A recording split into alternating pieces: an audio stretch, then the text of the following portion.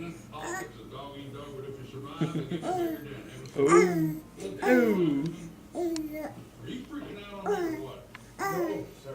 Come on, son. I hand you your first co-sponsorship of a bill, and when you finally show up, you're going to the fifth wheel. Now you expect me to believe everything is hunky-dory? Well, sir, actually, things get a little more gory. Of course they are. You know anything about doing this, son?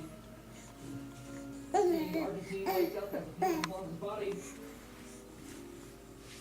Oh, you probably already know that. Or heard it. Not experienced it. You ever heard of the Arctic white wolf? No, sir.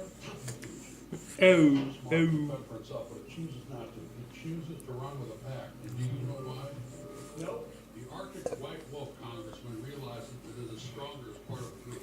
You know what happens when one of these wolves decides to fend for its Tennessee? When I met Congressman Jenkins, he was fresh off the turnip. But now, he says, no,